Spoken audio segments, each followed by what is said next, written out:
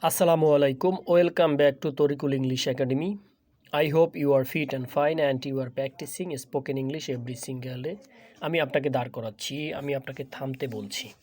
ভিডিওটা স্কিপ করার আগে যদি আপনার ইংলিশ শেখা প্রয়োজন হয়ে থাকে, আপনি যদি অনেক বেশি দুর্বল হয়ে থাকেন, তাহলে এই ভিডিওটি আপনাকে সম্পূর্ণ দেখার অনুরোধ করছি। আর যদি আপনার এটা প্রয়োজন না হয়, তাহলে অবশ্যই আপনি স্কিপ করবেন। যদি আপনি ইংলিশ ভাষায় কথা বলতে আগ্রহী থাকেন, তবেই আপনি এই ভিডিওতে স্টে করবেন, তবেই এই ভিডিওটি থামাবেন, শেষ পর্যন্ত দেখবেন স্কিপ না করে। যদি আপনার প্রয়োজন না হয়, তাহলে অবশ্যই আপনি দেখবেন না, কারণ আপনার মূল্যবান সময় এখানে দেখে নষ্ট করবেন না। যাই হোক, আমি ক্লাসটা শুরু করছি, তারপরে বিস্তারিত আলোচনা করছি। উড রেদার, এইটার সম্পূর্ণ অর্থটা হচ্ছে বরং। এটা সম্পূর্ণ অর্থ কি? বরং। এখানে একটা ওয়ার্ড ভুল আছে।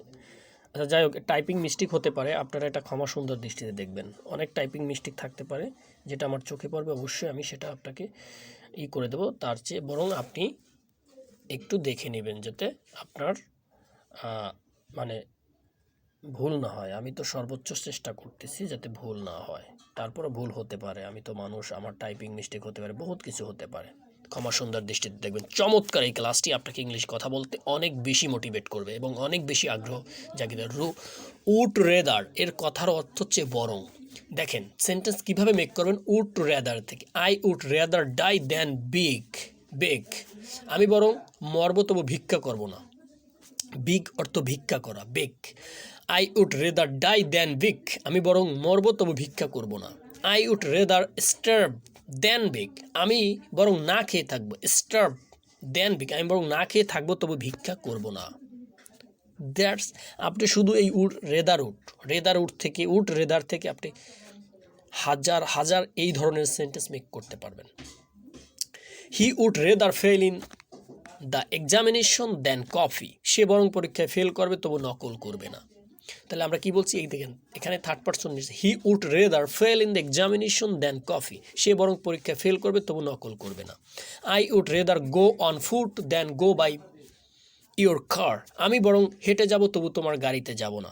I would rather go on, আপনি মনে রাখবেন, ফুট বা হেঁটে যাওয়া, নিচ থেকে যাওয়া বা উপরে থেকে যাওয়া, এখানে কিন্তু প্রিপোজিশন অন ব্যবহার করতে হয়। I would rather go on foot then go by your car, আমি বরং হেঁটে যাব তবু তোমার গাড়িতে যাব না। আশা করছি বুঝতে পারছেন।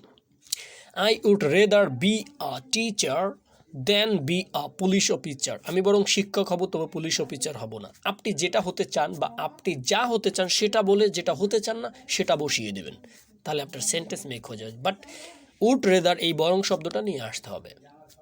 I would rather be slim then by fat, আমি বরং স্লিম থাকবো, আমি বরং চিকুন চাকুন থাকবো, দেন বাই ফ্যাট, তবু মোটা হব না। I would rather go out then stay home, আমি বরং বাইরে বের হব তবু বাড়ি থাকবো না।